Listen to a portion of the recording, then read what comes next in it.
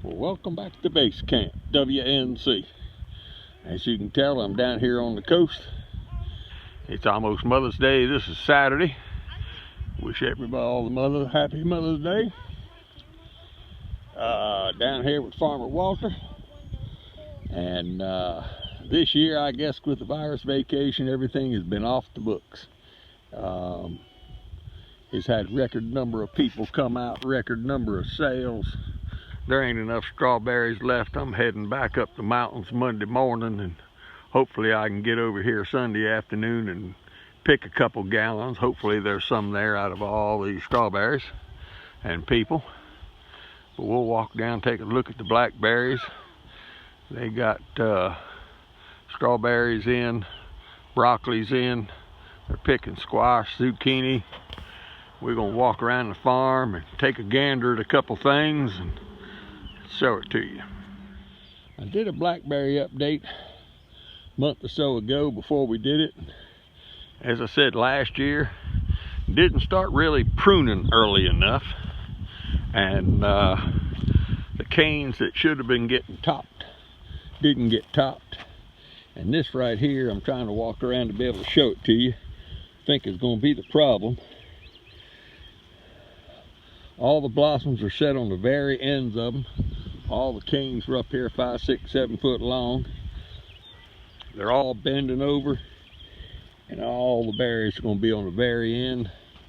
And then ones like this, we're worried that the stem's going to end up breaking right on that wire when all them berries start forming. But like anything else, this is a learning lesson. And but this one right here, case in point, let me move this year's vine. This one right here, the bright green, is next year's. So what we're going to start doing is, as soon as it gets to that top wire, we're going to cut the top out of it. And what that'll do is make it branch into 3, 4 branches. It'll be lower that way, and it'll be in the wire.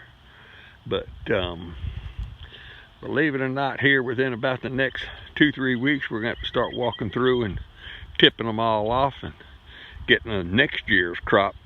This year's crop isn't even ready, and we're already working on next year's crop. Well, here's a real good example. Hopefully I'm on the right side of the sunshine.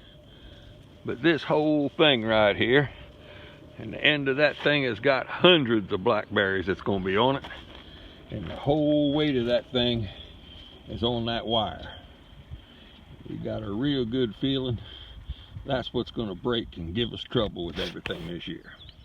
Well, they're over there picking on the zucchini rows. As you can tell, yellow squash and the goldens, they're going to be getting picked in the next couple of days.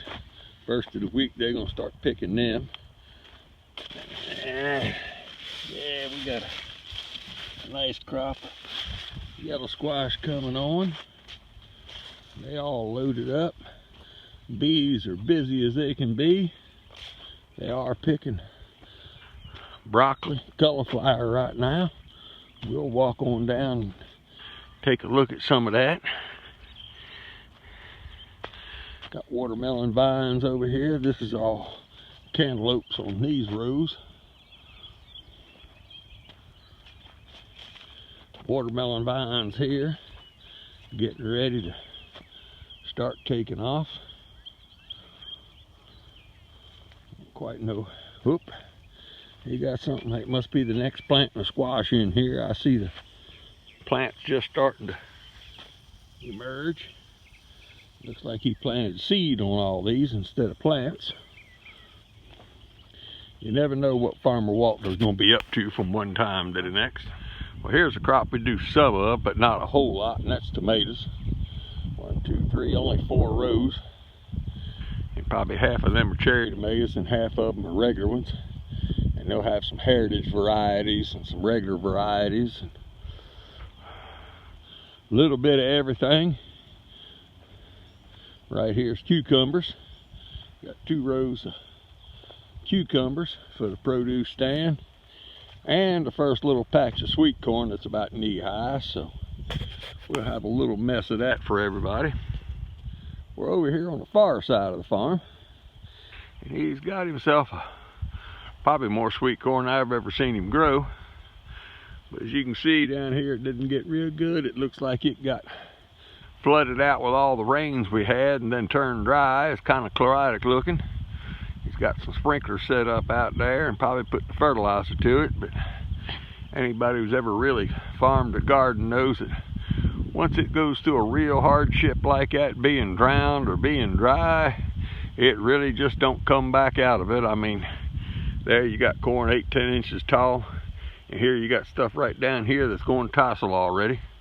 So it's going to be a hit and miss field here. It looks like it was planted right when all that rain came in, and of course right here is the little hump in the field, and everything drained the other side. It all just stood there a little too long with wet feet. But when you row crop and you farm a whole bunch, you really can't pick and choose. You really can't afford to put drain tile in everything, and you just end up dealing with what the good Lord gives you sometimes. Well, almost made a circle.